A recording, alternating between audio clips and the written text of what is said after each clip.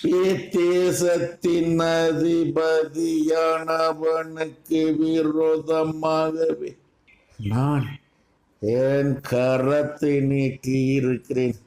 அவனுக்கு என்று என்னால் கொடுக்கப்பட்ட அதிகாரம் அவனை விட்டு விலகும் விலகும் விலகும்.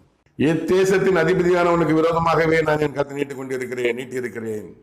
அதாவது மு.க.ஸ்டாலினுக்கு தமிழக முதலமைச்சர் 2008 முதலமைச்சராக இருக்காரு.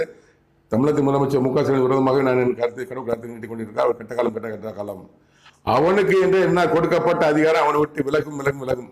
மு.க.ஸ்டாலினுக்கு என்று கடவுளா 2009 கொடுக்கப்பட்ட முதலமைச்சர் பதவி அவரை விட்டு விலகும் சொல்றாரு. முதலமைச்சர் போகும்னா திமுக தோற்றுறோம்னா இல்லையா? திமுக தோல்வி காரணம் மு.க.ஸ்டாலின் சொன்னது சரிதான். முதலமைச்சர்னா திமுக தோத்து விடும்.